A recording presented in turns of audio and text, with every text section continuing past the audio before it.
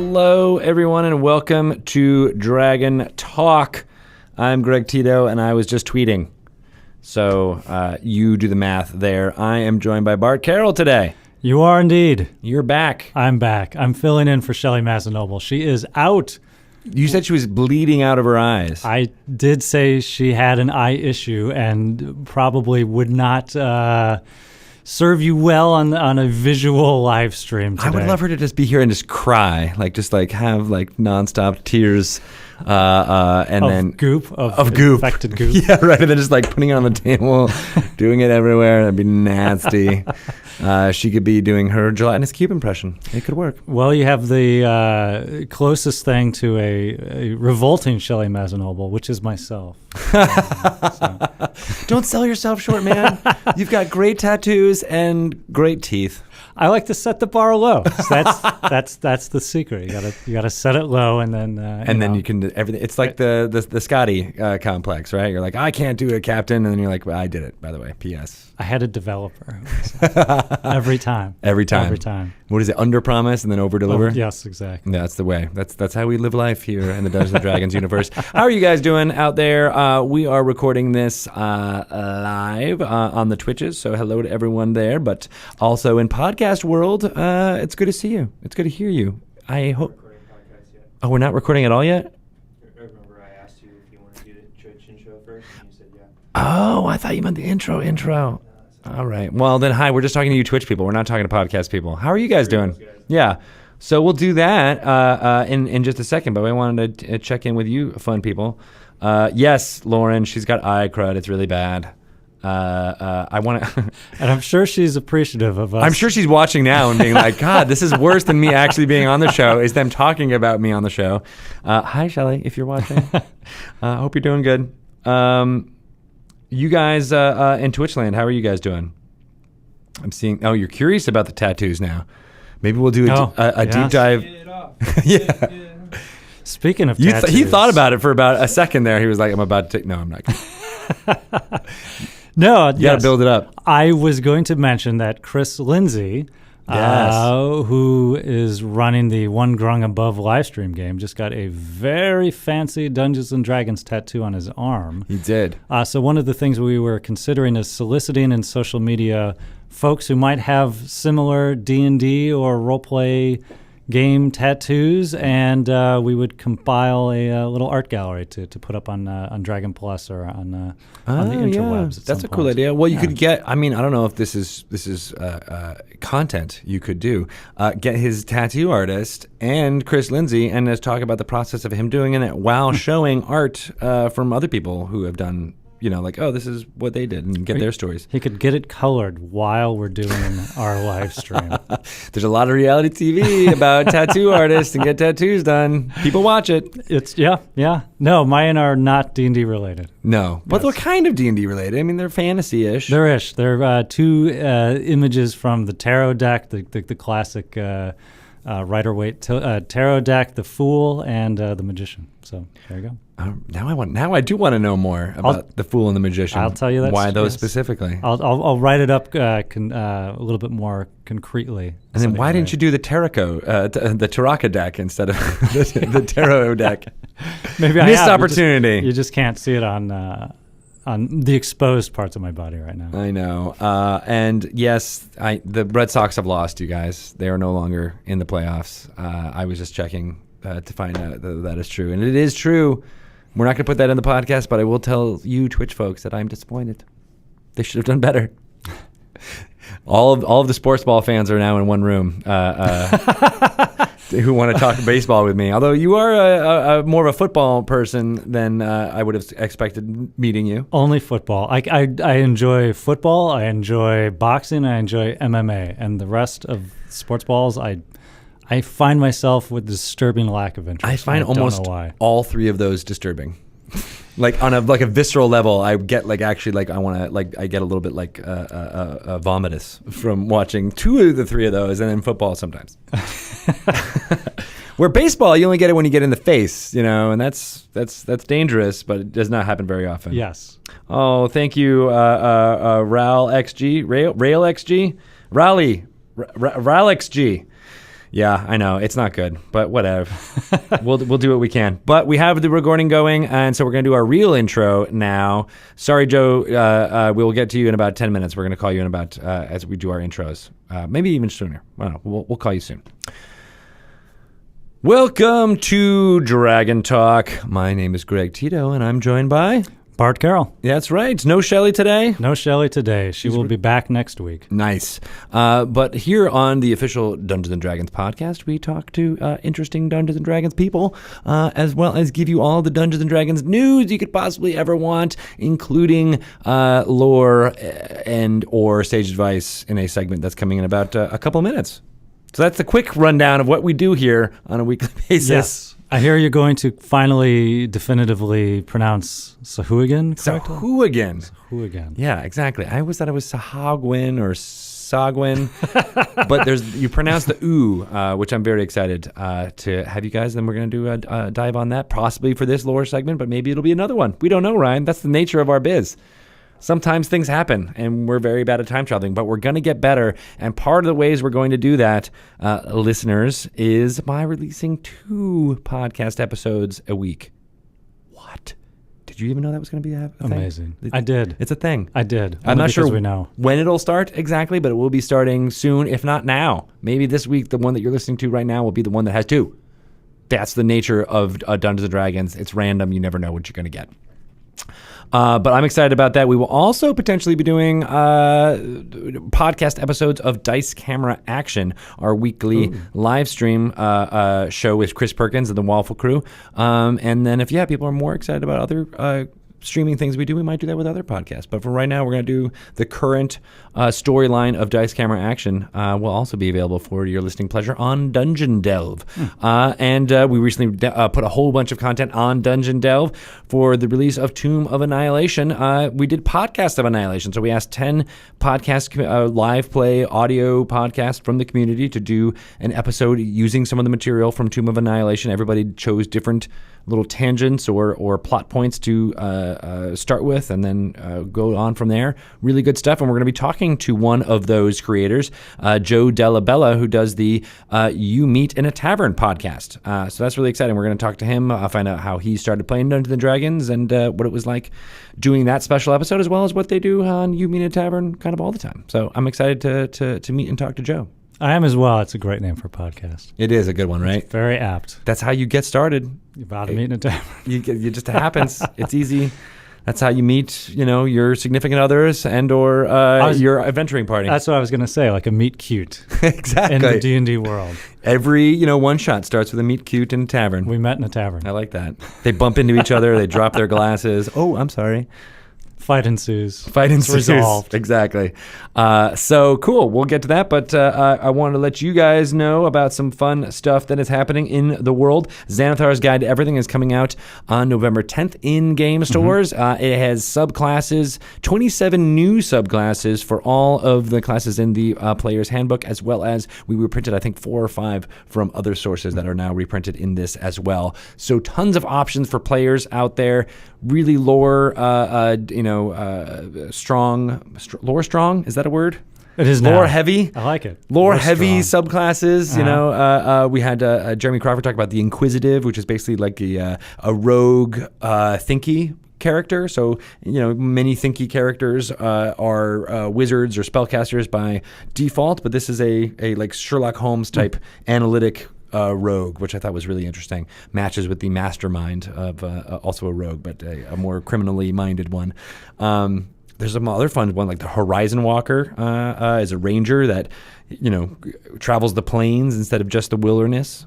That's always good stuff. I was going to mention really quickly, we've been giving away some initial excerpts from Xanathar's Guide as part of the Extra Life donation levels. That's right. Again, as always, thank you so much for everyone who is able to commit your time and money to the cause. We have reached over 20,000 in donations so far. We're closing in on 25,000 in donations. So thank you very, very much. Yeah, and we'll be releasing more and more stuff from Xanathar's as you guys donate towards Extra Life.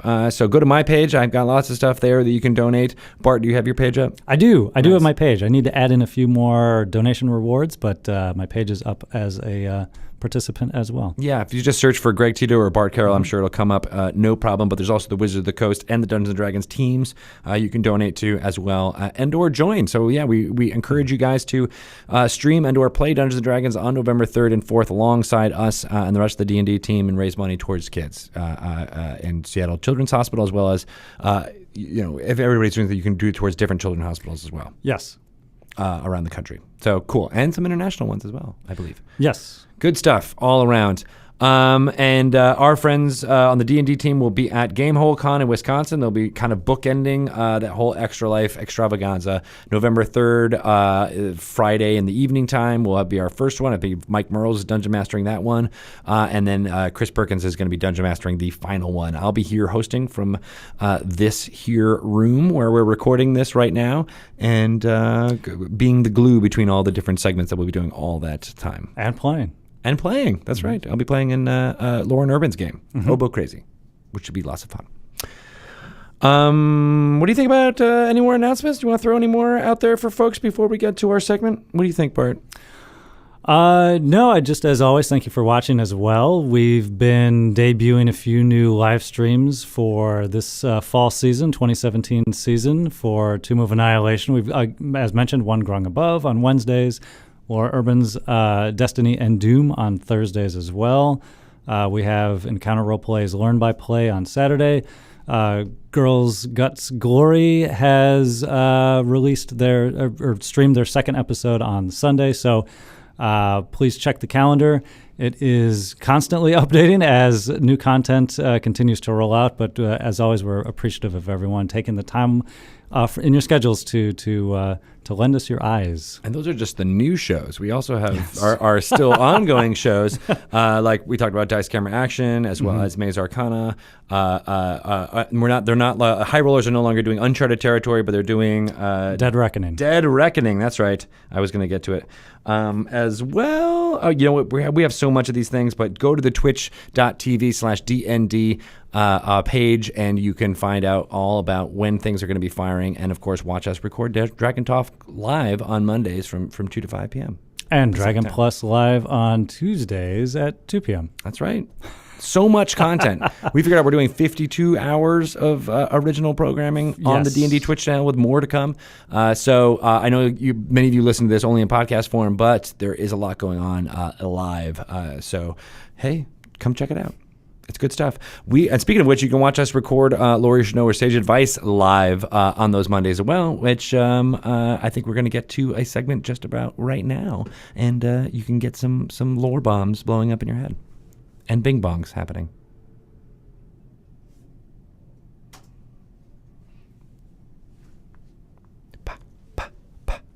All right. That was a really good segment. Did you like listening to that segment? Amazing. What did you learn that was possibly the best thing that you could ever learn for a Dungeons & Dragons game? Sahuagin. Oh, shit. We got to put that on. Sahuagin needs to be on this one now. We've telegraphed it too much. It's going to happen. That was not awkward silence. We're not awkward at all. We know exactly. No, it was awkward. So in order to fill up that awkward silence, let's call up Joe and ask him all about you meeting a tavern.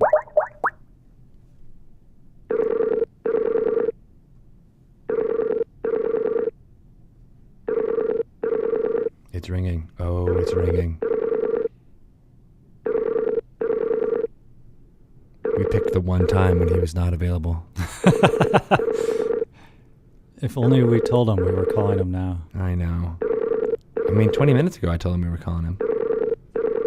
Confident silence. Yes, thank you, Crassus. That was legit confident silence. Hello? Hello. Oh, you're there. Whew. I'm here. How you guys doing? Good. How are you doing, man? I'm fantastic. Shelly, you look ravishing today. Did you see all the blood coming out of her eyes? It's a very weird illness where it's a transformative illness. I don't know. Shape changer. You went through the Tomb of Horrors and went through the fog, and you came out as a different gender, didn't you? That would be a cool sort of like a doppelganger virus where you just start randomly shape-shifting. You don't even know into what. Oh, yeah. And to you, nothing had ever changed. You're like, oh, yeah, I've always been this way. Yeah. It's good stuff. The next curse. How you doing, Joe? I'm great. How are you guys? Pretty good. Thanks for calling in and getting a chance to pick your brain about You Meet a Tavern and all that jazz. Oh yeah, I'm happy to be here. Thanks for asking me on. So why don't we get started at the beginning? When did you start playing Dungeons and Dragons? What was your origin story for playing this game? Sure, yeah. I guess, I started like a lot of players started thinking that Dungeons and Dragons was just a game for a bunch of nerds that play. And but I actually was a teacher. I was a former teacher, and this was obviously my 20s. And one of my students said that she was going to start a D&D club after school. And I said, I'll help proctor that. Grade some tests while I'm doing it, yada, yada. And a couple meetings in, they started getting to talk about it. And I've always kind of been a fantasy nerd. So I started getting interested in it and watching them play and roll dice. And it looked like a lot of fun. So I said, can I roll a character? So that's kind of how I got started. I rolled up a rogue. I wish I could remember the name. I do remember dying in like the second round of combat, so that was great. But yeah, kind of fell in love with it after that, and took about a year off to recruit maybe some friends that might have been also interested in starting it up. And then I've just been kind of in love with that ever since. How old were your students? Was this junior high? Was this high school? This was high school, so I taught high school math. They were sophomores and juniors. And what was their initial reaction when you expressed interest in joining their game? I think I was one of the younger teachers, and there's always that like closer relationship when you're closer to the age with the kids, where I think they were surprised, but then it was like, oh, that's Mr. DB. He's down to kind of do whatever. So they were excited, and I was excited. Sounds like they didn't take it easy on you. You lasted the second round of combat. Obviously not. They're like, we just want to pound them. Right, exactly. You sure you wanted to get back to me? Get back to me all those bad test grades I gave on. So you came into it as an adult, then? I mean, we don't hear that very often. I did, yeah, I did. That's crazy. I guess, did you hear about it when you were younger, or was it always something that you wanted to get into, or just how did that work? Yeah, I mean, you hear about it from media, and I had we had people in high school that played. Me and my group of friends have always been into like Lord of the Rings and Star Wars and that kind of stuff. But that's just never occurred to us to play Dungeons and Dragons. I mean, I feel like sometimes it's got this stigma from people that are outside that don't really know what it's like until they're actually in the game. And that was me up until, I was kind of forced into it by these teenagers. Forced into it. I love that. Right. I love that teens were the ones that brought you in. They were like, yeah, we're going to do this amazing, cool thing. And you're like, yeah, all right, whatever. I'll just do the boring thing in the back while you're doing that. Right, exactly. And now I'm obsessed. So thank you, teenagers. Thank you, fellow teens. Right. I'm picturing you as that like Steve Buscemi meme picture where he's got like the the skateboard over his shoulder and he's like, hello, fellow teens. So so they call you Mr. DB, huh? That's a cool nickname. Yeah, they call me Mr. DB. Now DB has some other connotations, but I never got to that level. That's good. Luckily, yeah. DB, Deebs. Yeah, I was thinking decibels. Sometimes when I was doing theater, the sound design people would be like, "Turn it up 2 dB or down 2 dB." I was like, "What's dB?" Yeah. And they're like decibels. I'm like, "Oh, that makes sense." I know that. Yeah, I taught math. I ran that club, and I also directed some of their shows there. So I understand the theater talk. Another theater person. How does every single guest has some theater connection? It's really like 9 out of 10. It's amazing. I don't know. I think there must be a crossover between people who want to perform Dungeons and Dragons and people who want to perform on a stage. Oh yeah, D&D the musical. We got to make it happen. let's do it. I'm writing the music right now in my head. We got All right. Lin-Manuel Miranda's on board, I think, too. Okay. Perfect. We could have the audience roll dice, some kind of audience participation. Oh, I like that idea. Improv? Right? Yeah. Like make it like an improv musical. We don't know how the musical's going to end. Yeah, right? We got to get that guy from Whose Lines It Anyway, who's really good at improvising lyrics. Oh, Wayne Brady. Wayne Brady. We got to get Wayne Brady. Absolutely. You don't want to I'll make... call him up. Yeah, you call him up. All right, good.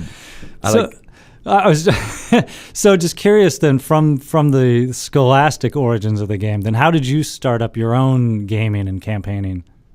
Yeah, so I started. I think we played when I ran that club. I think we played 3.5. I think that about sounds right. Mm-hmm. And then when 5th edition came out, I went and bought the starter set, and this is when I kind of like went out and got a bunch of friends and said, we're going to play Dungeons & Dragons this Friday, and you're going to love it, and we're going to try it out. I ran the starter set Lost Mines of Phandelver. We did a few sessions. We finished up that campaign.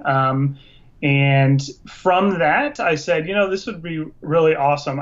We had so much fun playing that game, and the guys that I played with were hilarious. So he said, I'm going to start up a podcast and get 3 of my funniest dude friends, and we're going to share this with other people, and we're going to hopefully make them laugh along with us while we play the game. So that's kind of how our thing got started.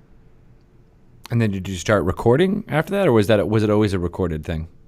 Oh, we started recording after that. So I sat down and started to write my own homebrew story. So our podcast is all kind of made up stuff and still making it up as we go along. I kind of have an idea as to where the story is going to end up. But again, that's all kind of up to them. I like that. I like not knowing. I think there's some power to that, so that it feels like it's a crafted story from from the players and the Dungeon Master working together. Mm-hmm. And there's been a lot of things in game where I haven't thought of them, but because of the decisions that they make, their characters make, whether they're going over their backstory, and all of a sudden this story has completely changed from what I originally thought it would be because of decisions that they've made. So, and for the better, for sure. Yeah. I think it makes it more powerful when it comes from the players. Right. Absolutely. So were you always a Dungeon Master? Did you ever play, or was it because you were getting together with your friends that you kind of were the default?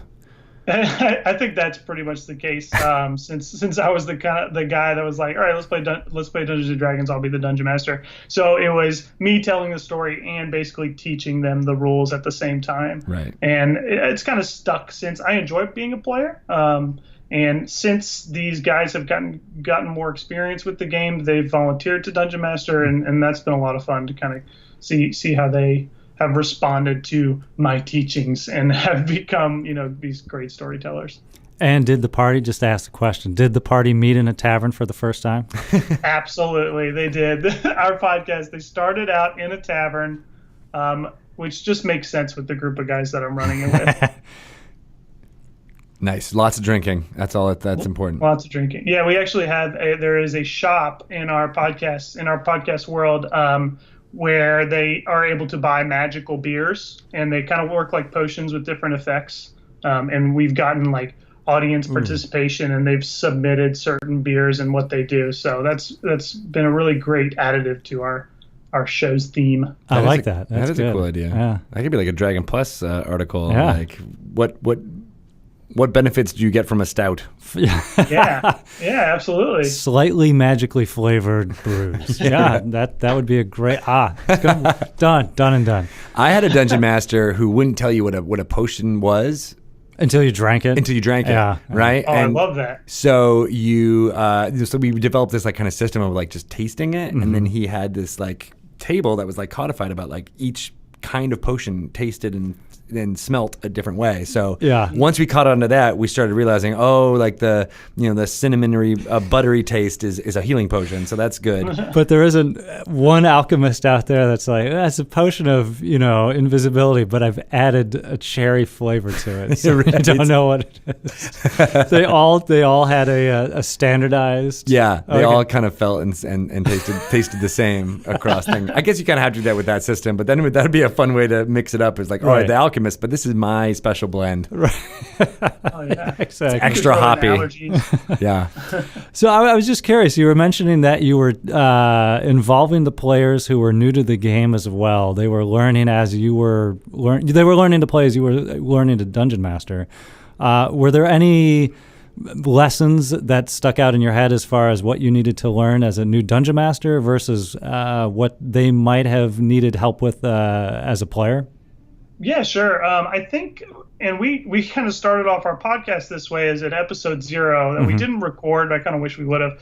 But right after they created their characters, I ran them through a sample combat where we fought some wolves. And they did very, very poorly. And some of that was due to them not really understanding how combat worked and what all they can do in a full turn of actions. You know, they would just be like, okay, I'm gonna swing my sword, roll the dice, done. And a lot of that was me learning how to balance their skills with the enemies that I throw in, for a scene. So that was a really good learning experience for us, for sure.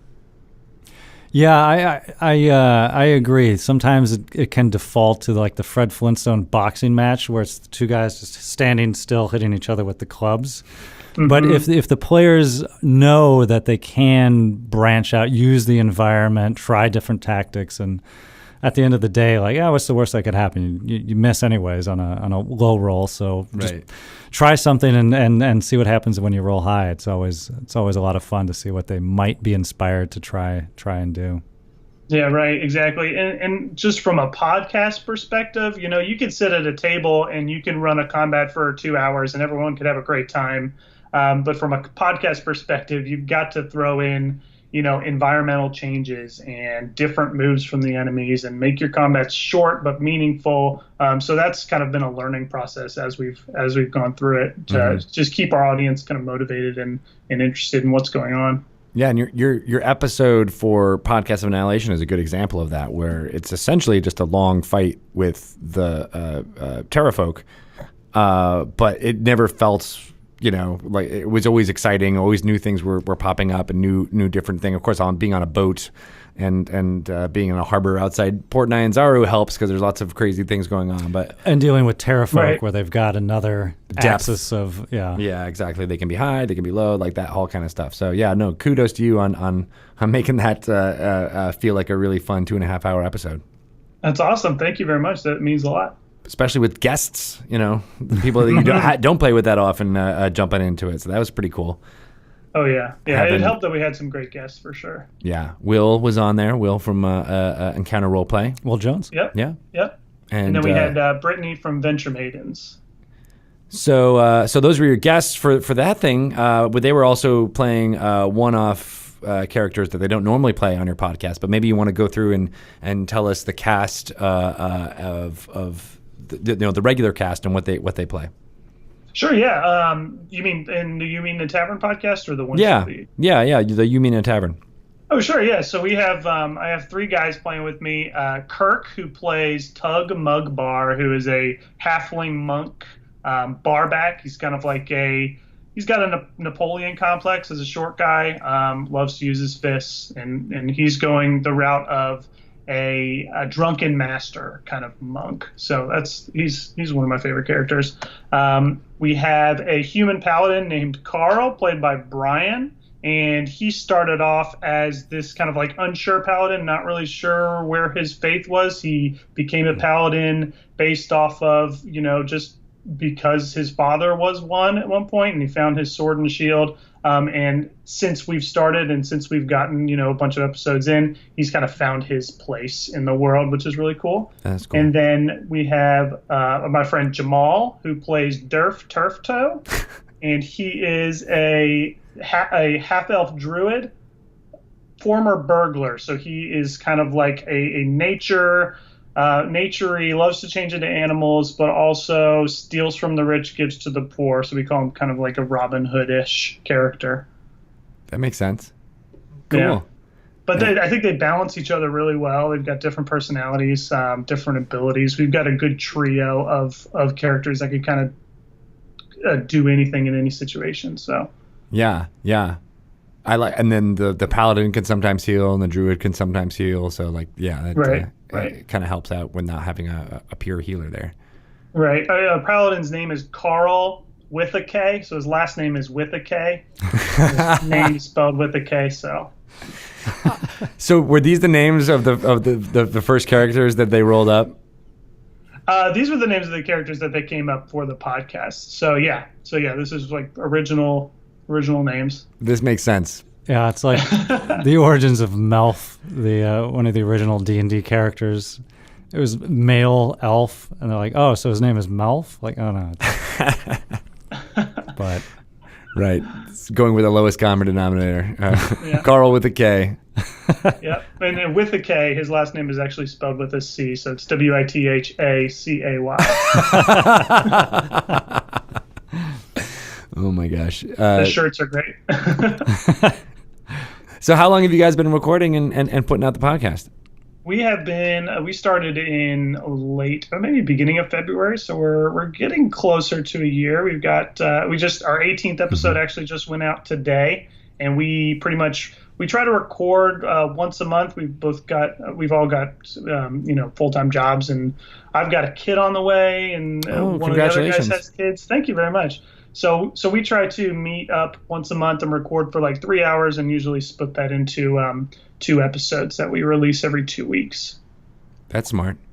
Do you spend a lot of time editing after the fact? I do. I spend a lot. Just ask my wife. I do. I spend a lot of time editing, producing. A good friend of ours, Jacob Pretty, he does the music, so that's been a huge weight lifted off my shoulders. I started doing the music at the beginning, and he's kind of taken over. So, editing takes a while, especially with this group. Well, take it from us. Adding a kid will not impact your schedule whatsoever. Oh, yeah, not at all. If anything, you'll have more time to. That's right. Yeah, maybe. I'll feed the baby. No worries. I'll just get on my computer here. Oh, I fondly remember having the newborn on my desk, bottle on my chest as I was playing World of Warcraft. That's perfect. Sadly, though, they start to get to move very soon after that, and dangerous. Then it's over. Yeah, right, exactly. You should be fine. You get right back into Dungeons & Dragons in no time. Perfect. So the podcast. I did want to ask, and we love folks that are recording their podcasts or interested in streaming their games as well. Just trying to support that as much as possible. What advice might you have for dungeon masters? Stole your question. Yeah, good job. Dungeon masters or others that were interested in starting up their own podcast or live stream as far as scheduling or gear or editing time that you might devote to it, getting it posted, all of the logistics that go into getting the show put together. Yeah, right. Wow, there's a lot. I would say, it definitely takes a lot more time than I think I thought of originally. So you've got to be motivated. You've got to have some time, because the more time you put into it, the better show it's going to be. And that's just a simple math formula, As far as equipment, I really do wish we would have started with a little bit better audio equipment. I think I was quick to jump the gun in the first 2 episodes, just like ready to get this thing live, and didn't do a whole lot of research as far as like what the best audio output was going to be, best programs to use for editing. So our first 2 episodes are a little rough. We eventually got on the ground running. So I would say if you're interested in doing something like that, make sure that you definitely have everything you need and do the research and invest in some solid microphones for your crew and figure out what programs you're going to use and do some test runs. Maybe like do a one shot here and there once or twice and give it to your friends and say, how does this sound, or what would you do different before you just kind of jump into it. Yeah. I think that's key. I think having solid, clean audio is the one thing that audiences won't pay attention to. Like they'll just tune out after that. A lot of people are doing streaming and stuff, and that's the number thing I tell them is make sure your audio is good. People will forgive a not perfect video quality, but they won't forgive not being able to hear what's happening or right. Static or something like that. Especially in a podcast where you're releasing, an hour episode at a time. I'm always afraid we lose a lot of listeners that listen to those first 2 episodes and think, oh, is this what it's going to be like the whole time? I'm out. I'm not. You got to gonna listen remix to them. this, You got to so- remix them and put them back. I out know. there. I've tried. I put a bumper at the beginning of our first that's like, okay, you could skip ahead if you want, I think, or please stick with us to at least, if you don't like us by the end of the third episode, you can go. It's fine, but stick with us. Yeah, it's important. I'm thinking this through as I'm speaking, but yeah, it's a tricky proposition, and it holds true for us as well. When we start up new shows and new live streams, we always knew there would be some learnings along the way and improvements that we're always looking to achieve. Mm-hmm. But now we're perfect, and nothing is, we'll never screw up again. I think it was just last week when the lights went off because there wasn't enough movement in the Oh room. yeah, that's a good one. Yeah, there's always that. Yeah. But I wonder if there is something where you could go back about midway through a season or a year and redo episode 1. Like, hey, we're going to redo this encounter this week as if it were the start of the whole thing. It might be interesting as like a flashback. Right. Like you're not necessarily going back to what happened in that first episode, but you're going back to, an hour before what happened in that first episode or. See, I'm thinking, so not Back to the Future. You're going Back to the Future too. I'm going Back to the Future too. Okay. Exactly. I had thought about going back and just telling them, okay, listen to the episode, remember exactly what you said, and we're going to record this thing. Your exact inflection, you laugh in that right exact way. It's very Primer if you've ever seen that movie. No, I haven't. Is that what happens in Primer? Way to spoil a time travel movie. I didn't say no. It's a fantastic time travel movie, but he has to keep an earpiece so he remembers what he said the last time he went through. Oh, I heartily recommend Primer. If you that's haven't nice. I'm gonna wear these big ear muffs that I have on right now, so that no one will know. Nice. So where do you think your story is going? You said you kind of maybe know, but like, do you have like, is there a kind of fantasy that you've always wanted to tell, or are there things that you might like? Will this get to an end point, and will you start up something new? Yeah. I basically have like.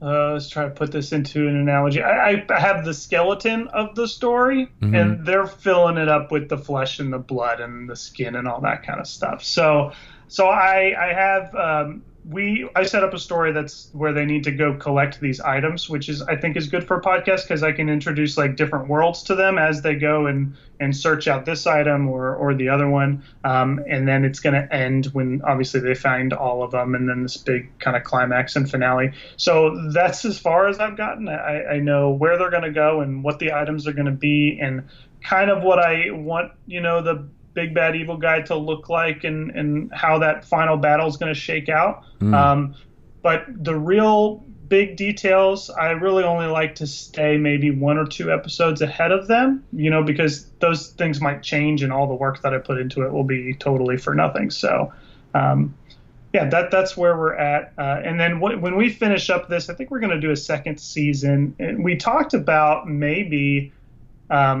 going forward with the original Podcast of Annihilation episode that we did, because it ended where they landed on the beach in the jungles of Chultan. They're like about to go explore the jungle in search of port. And I think that would be a great launching off part for another whole season of the podcast where we maybe run through the Tomb of Annihilation adventure book or some kind of spin-off involving a lot of the stuff that's in it.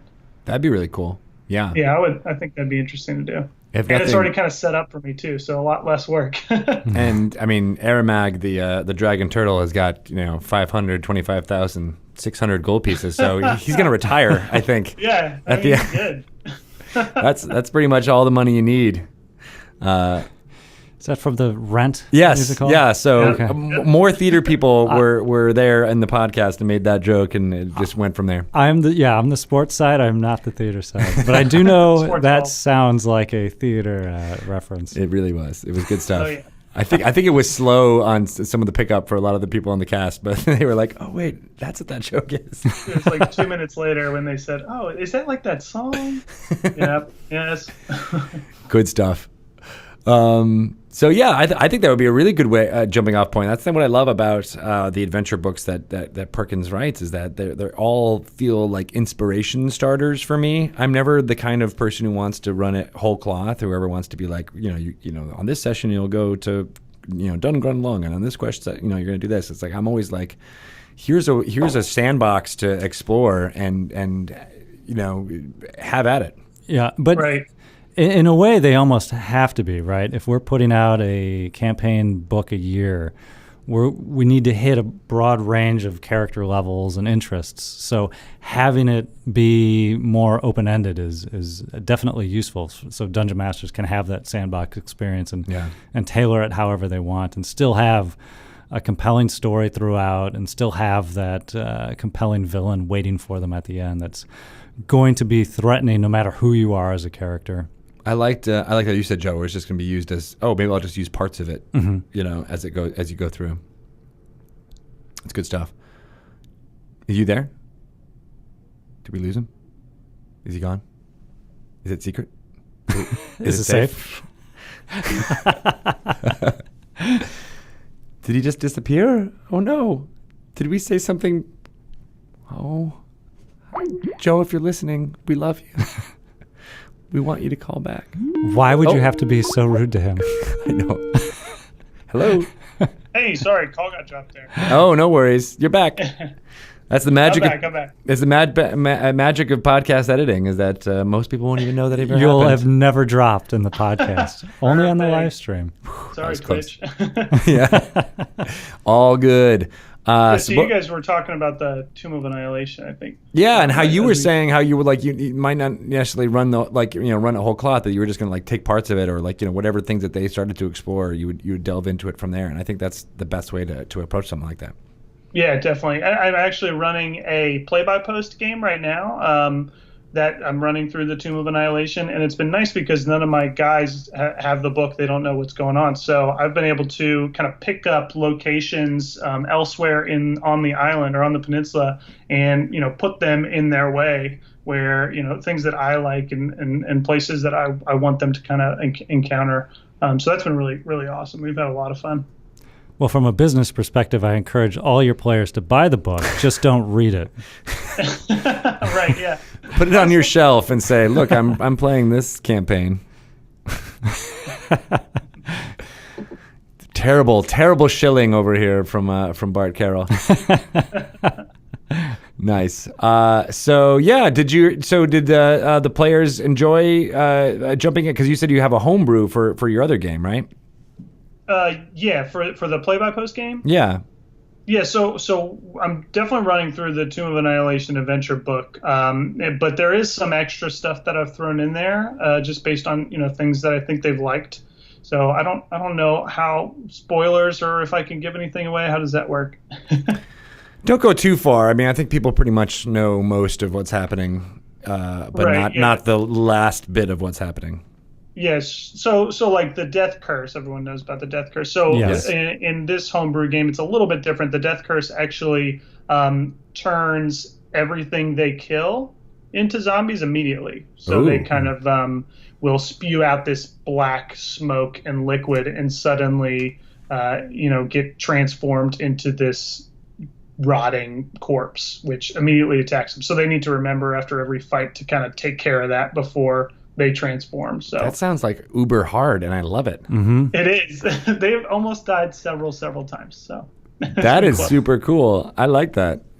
We thought that Chris Perkins putting in like the meat grinder mode, I was like, I don't know if that many people are going to do it, but like I feel like that is even cooler. Like as soon as they die, right. you better watch out and burn them.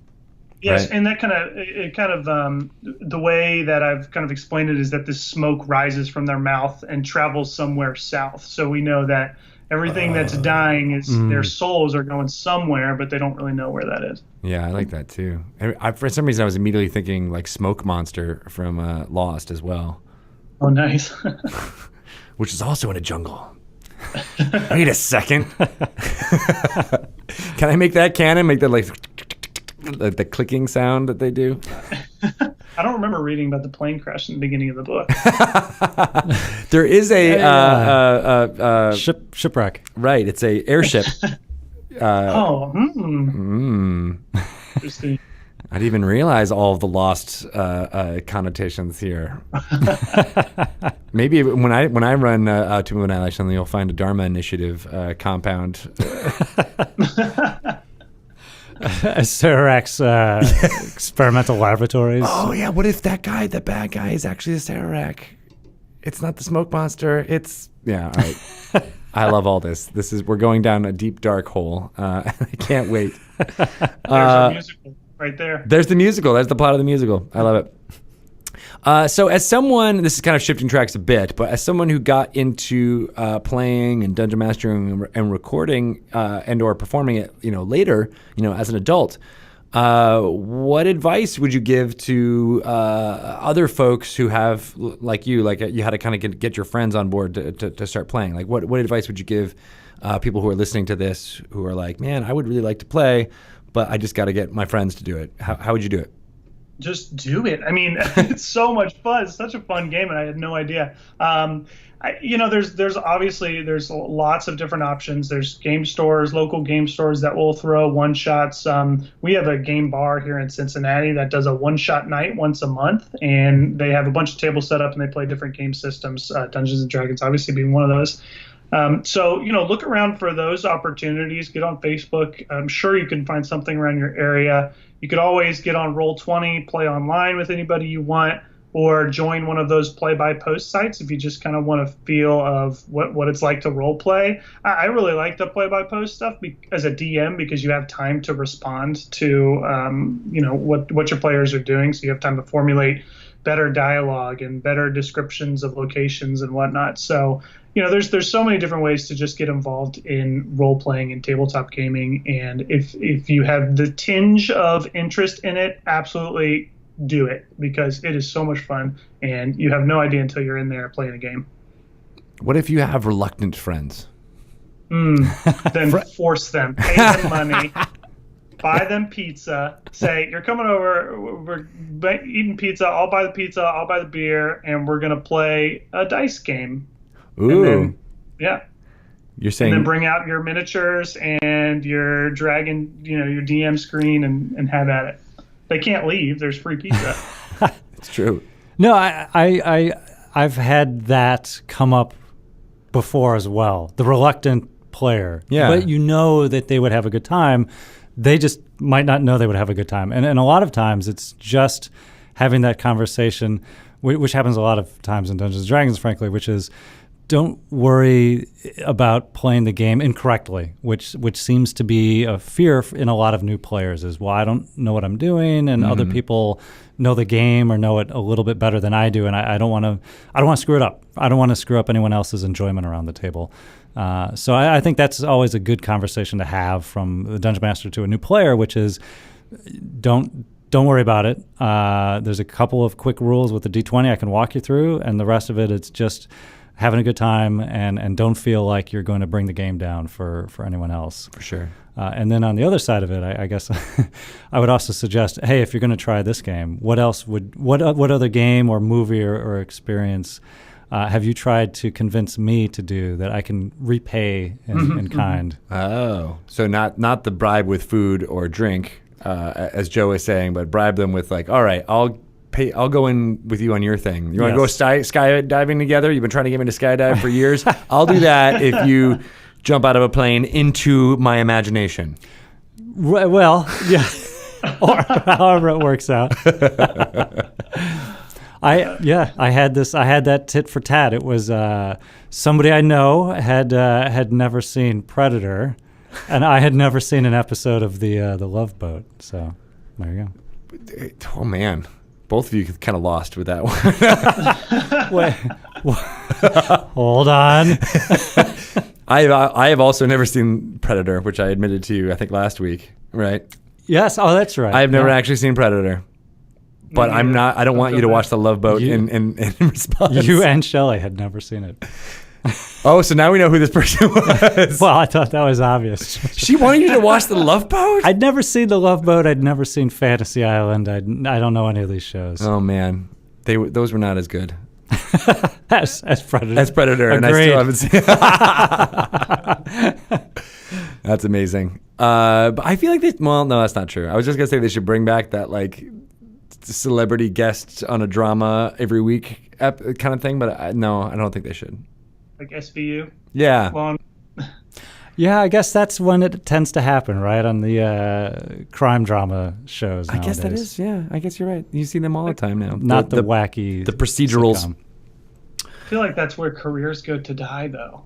Yeah. They show up on those shows and you never see them again. They're either like at the cusp of their career, or about to become famous working actors, or else that's the only thing they can get at that point. Right.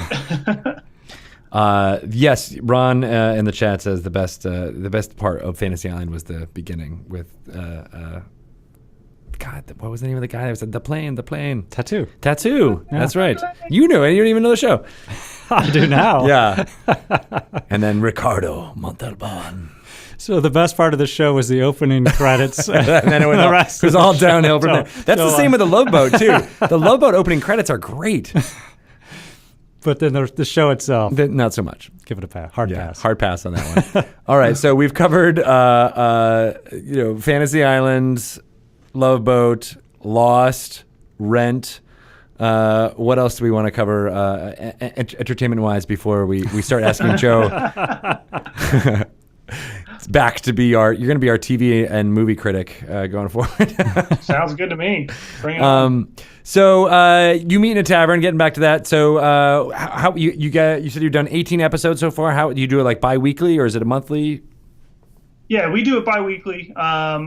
We've done a couple like bonus episodes that have been in between those off weeks. I like to, throw some content out there. I don't want to leave people too long between episodes. That seems to be our biggest complaint right now is where's the new episode? We want to know what happens next. So it's only going to come out faster once your baby is born. Right, exactly. Yeah, yeah. I'm going to hold that to you, Greg. No, we're going to hold that to you. You're and your wife, who's going to be very happy that you're recording and editing podcasts right, I'm sure. into the wee hours of the night. Cool. So when do you typically release them? Is it like a special day of the week, or is it just when the feed gets ready? Usually on Monday. So every other Monday is when Sweet. we release them, unless we have a bonus content, which we'll put out whenever. Cool. And what can you tease about this current episode? I know there's a problem with a steering wheel. Yes. There is. They are in the newest location. They're trying to find the newest, what I've called totems of the priests of Pelor, and they are in a town called Kingston Landing, looking for a way to get to Dragonspire Island, where the rumor is that this item is held. And they get in a little bit of a tussle because the wheel that is supposed to steer the ship that takes them to Dragonspire Island is stolen by this band of pirates, and they've got to go to their hideout to retrieve it. So this newest episode is them finding the hideout and kind of battling their way through. Sweet. Nice. Where can people find out about you and You Meet in a Tavern? Sure, yeah. We are hosted through Podbean. You can go to youmeetinatavern.podbean.com. We post a lot on Twitter. Me personally at Joe the DM, which I'm really surprised that wasn't taken when I created that Twitter handle. So me personally at Joe the DM, and then on all social media, Twitter, Facebook, Instagram, our podcast is at YMIA Tavern. Why am I a tavern? Why are you a tavern? I have no idea. I didn't even realize when I created that acronym, I had no idea that's what it was until a fan pointed it out. So nice. It kind of works. It is good stuff. Well, thanks for calling in, Joe. And I hope you guys find that wheel. Thank you. And make it all out alive. But yeah, everybody go check out You Being a Tavern wherever you can. Well, thank you guys for having me. I had a lot of fun talking to you. Absolutely, Joe. Talk to you later. See ya. Bye. Bye. We're going to go right into the outro, I think. Make it happen. What do you think about that, Ryan? I think you didn't even need to say that. Well, I wanted to say it out loud so that people knew that all right, we're recording. I like Mr. Joe. He's a good person. He is a good man. Yeah. Yes, he is. I love when because I didn't start playing until I was an adult either. So like it's kind of awesome to hear. They're like, oh yeah, no, you can jump into Dungeons and Dragons at any point in your life and then become a podcaster. No, I love the image of the students just like the teacher kind of raising his head, going, "What are you guys doing? It sounds kind of interesting." Pull them into the game. Yeah, exactly. It almost seems like I'm bringing it back to TV, but it does seem like the pilot of a show of like, the teacher is like exasperated. Fine, I'll be there for whatever, and then like he starts paying attention and gets like, maybe He gets pulled into whatever weird experiment they're involved with. Yeah, right. Or in this case, Dungeons and Dragons. Yep. Yeah, I like it. I'd watch that show. Cool. So we have so much stuff going on here on the Dungeons & Dragons Twitch channel. For those of you who are listening, we'd love for you to jump in and watch us record these live Mondays, 2 through 5 p.m. Pacific time. If Shelly were here, she would tell you not to watch that, but then she would say that her game is out in stores, Betrayal at Baldur's Gate. Coming out October 6th. And that means that it's already out when you're listening to this. It has been out for weeks, possibly, when you're listening to this. So it is good stuff. Go check it out. As well, the Axis and Allies Anniversary Edition should be out by the time you're listening to this as well. I'm a big fan of Axis and Allies, and the Anniversary Edition is pretty interesting. It's a little bit different than a lot of the other things, but it was out of print for a long time, and I'm just excited that it's back in print. People can get it in all of its glory. Big board, 3 triptychs of the entire world. Good stuff. What's going on in Dragon Plus world? Dragon Plus, depending on when this airs, will be releasing issue 16, the end of October, our storytelling / monster issue. And the final issue for the year will be releasing about mid-December. A bit of our crafting / gift guide issue. We'll be streaming Dragon Plus every Tuesday, 2 to 3 p.m. for the foreseeable future. So, again, talking more about the content going into each of our issues, as well as how to use that content and running of the game that we all love so much. Absolutely. Nice. And then, I'm going to say this for you folks listening to this, because it will be deep in the throes of October when you're listening to this. But there is a fun event happening on November 19th in Brooklyn, Force Grey Live, and we're calling it Force Grey Survive the Tomb.